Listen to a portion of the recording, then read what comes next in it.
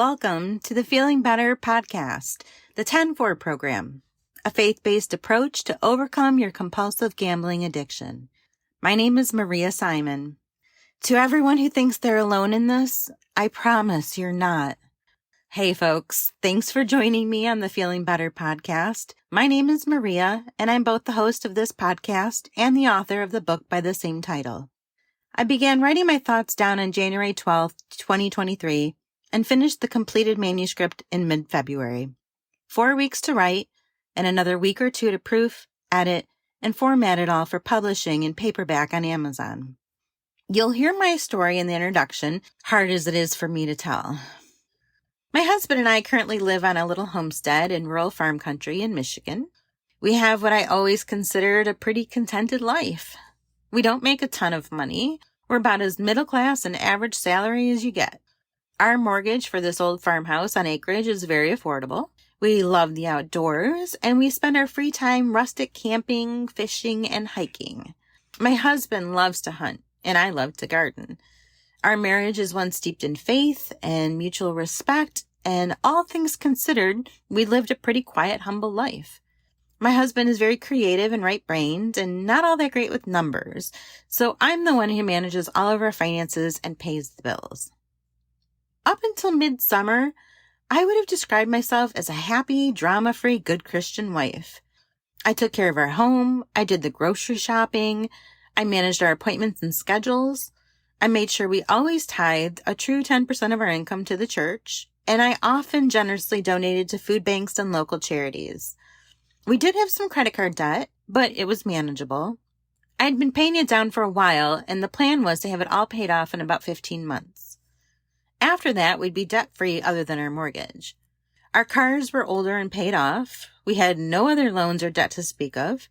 I prayed daily and went to church and listened to Christian music and podcasts and did Bible studies and worked at my job every day with diligence and discipline. The crazy thing is, under a doctor's supervision, I've taken Adderall for years to combat my ADHD. And never, not once, did I ever take more than my prescribed dose.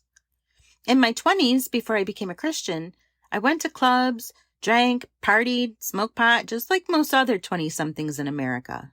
As I mentioned, I did have a smoking habit where I became addicted to nicotine, and I know I have a caffeine addiction because I haven't gone without my morning coffee in decades. Those are two biologically understood substances that caused a real physical dependence in me. Why I became addicted to smoking and coffee, but not alcohol or marijuana, is a mystery. But online gambling with slots? It was definitely a neurological thing with me. For some reason, the online slot games were something that just clicked in all the right mechanisms of my brain. It was like a complex key that unlocked some kind of sensory response in my mind that I didn't even know existed. All in all, I'd been living a very average, peaceful, Midwestern, middle American life. If you would have told me at any point along the way that I'd end up having a compulsive gambling addiction, I would have fallen over laughing. No way. Not me. I was too pragmatic. Too practical. I wouldn't say I was frugal, but I had no desire for shiny things or expensive toys or brand name fashion. I didn't love money or even care about it. Sure, like most Americans, I worried about it at times, but it was never anything that consumed me. I worked too hard and had too much integrity to throw money away on something like gambling. Our friends and colleagues knew me as the smart, responsible, down-to-earth country gal who followed all the rules and had a good, genuine heart. That was me. So last spring, back in April of 2022, I'd been hanging out with my sister, and somehow we got on the topic of winning the lottery. I said something about how I only go into town once every 2 weeks to go grocery shopping because we lived about a half hour from the nearest big grocery store, and I hardly ever go anywhere else since I work remotely, and I'm basically a homebody. My bi-weekly grocery shopping trips never seem to coincide with the big jackpots, and I wasn't about to make a special trip just to buy lottery tickets. Now, I have to interject and say that at this point, I honestly never really thought about the fact that gambling in any form is something Christians shouldn't do. I swear it just never occurred to me. Of course, now I can see that even buying a lottery ticket is a total waste of the blessings and provisions that God has given me. It's literally throwing money away. I'm better off handing that $20 to a struggling single mom or donating it to our local food pantry or something. I'd never seen it from that angle before. So back in the spring, when my sister showed me that there was a Michigan lottery app that I could download on my phone to buy lottery tickets, my reaction was, cool. And then I proceeded to go into the App Store and download it. I had forgotten about that app until a few months later in late July. The Mega Millions jackpot for Friday, July 29th had reached $1 billion. When I saw a news alert about that record jackpot, I'd remembered the app on my phone. I rarely paid any attention to what the big lottery jackpots were. I never played a 3 or 4-digit daily lottery, and over the years, I only indulged in the big Mega Millions or Powerball tickets a handful of times at most. If it wasn't for the news alert on my phone, I wouldn't have even known about the record jackpot. It just goes to show you how many little butterfly effects take us down a certain path. Anyway, that Friday I bought $40 worth of tickets, which was the most I'd ever spent on lottery tickets before. I did it for 2 reasons. One, of course, was that the app made it super simple. Once I registered, I was able to use my debit card to buy the tickets. The second reason was much more emotional. You see, a few weeks prior to that, we'd lost one of our cats. We don't have any kids, so my husband and I pour our love and affection onto our felines. One of our kitties was my favorite. She was only about 2 years old, a stray we'd adopted as a kitten. She was the smartest, sweetest, friendliest, most affectionate cat that ever lived. She was such a happy, gregarious thing, and she was my baby. She'd gotten hurt back in mid-June because we could see a large bump that appeared to be a contusion on her shoulder. We figured she'd been roughhousing and playing with the other cats, and assumed it would heal on its own.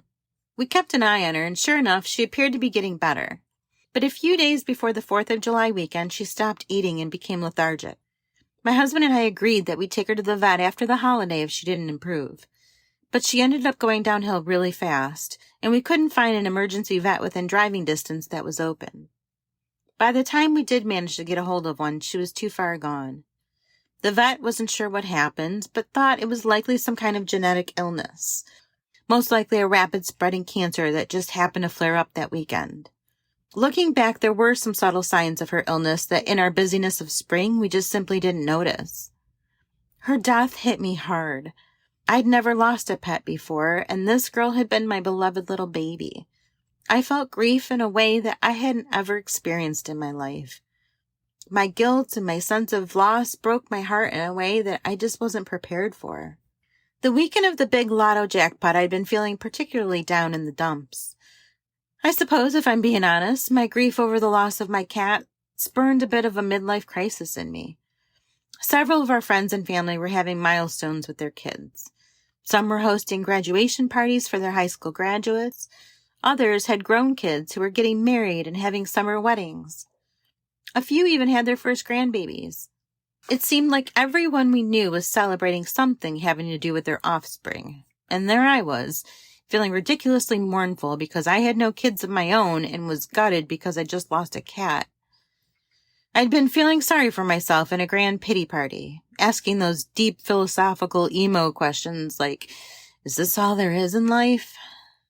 And that week, instead of spending my evenings outside in the garden, or enjoying the beautiful summer weather, or even praying to find some kind of comfort, I'd taken to lying in bed and watching the sunset while mindlessly scrolling through social media. I was determined to make myself feel worse by looking enviously at everyone else's summer event photos.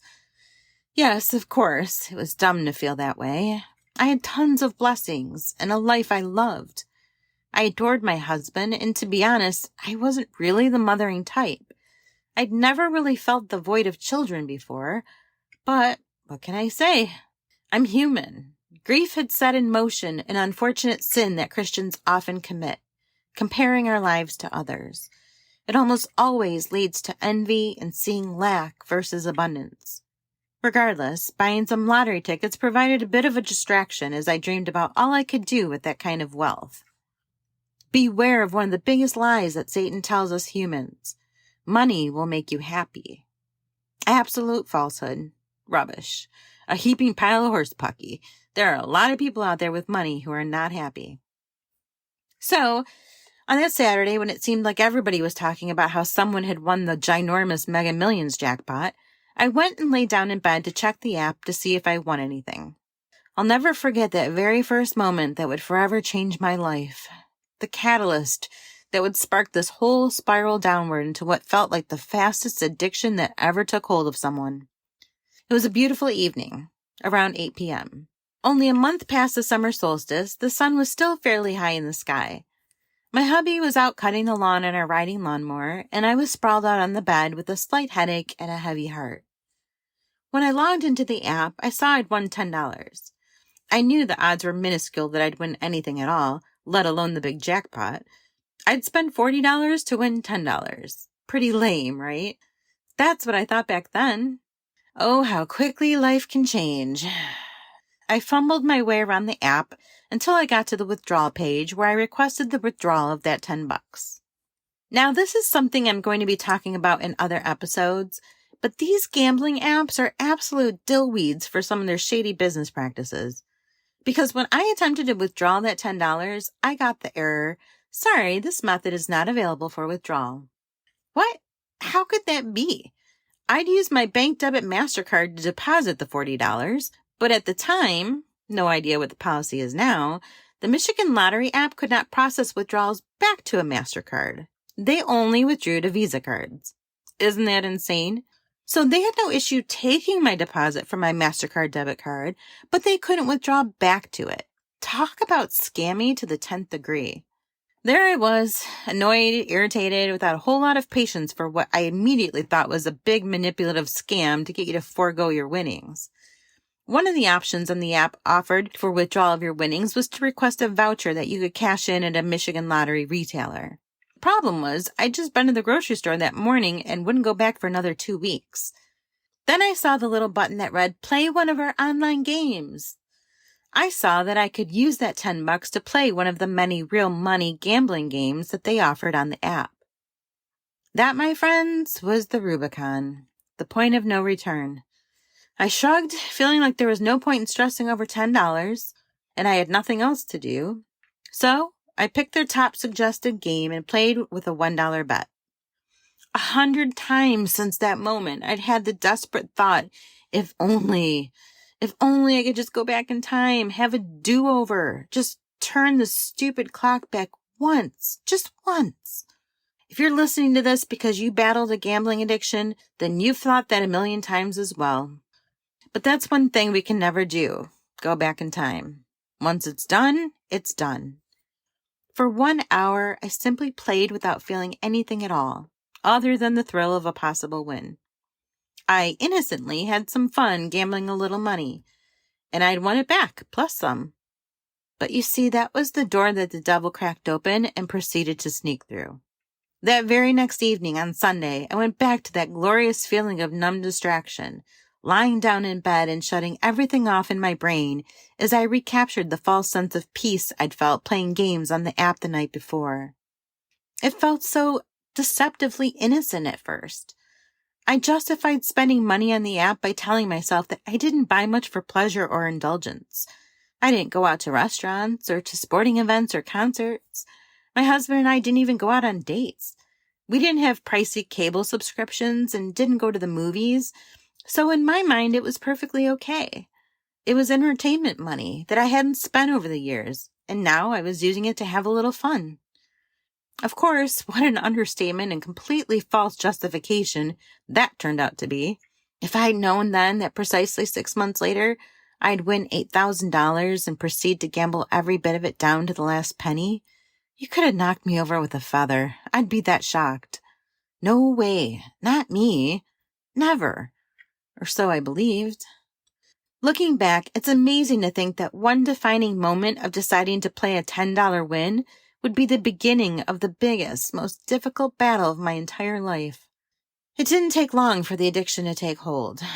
My downcast spirit was obviously susceptible to the attack that Satan so skillfully and cunningly planned. There's so much more to tell and share about my journey these last 6 months, things that I hope will help you. Going forward, I'm going to share stories of my hard times, my good times, tips and tricks that I've learned to overcome this addiction, as well as a very practical week-by-week plan that you can implement right now to begin your gambling-free recovery journey.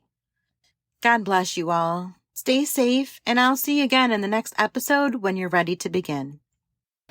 Like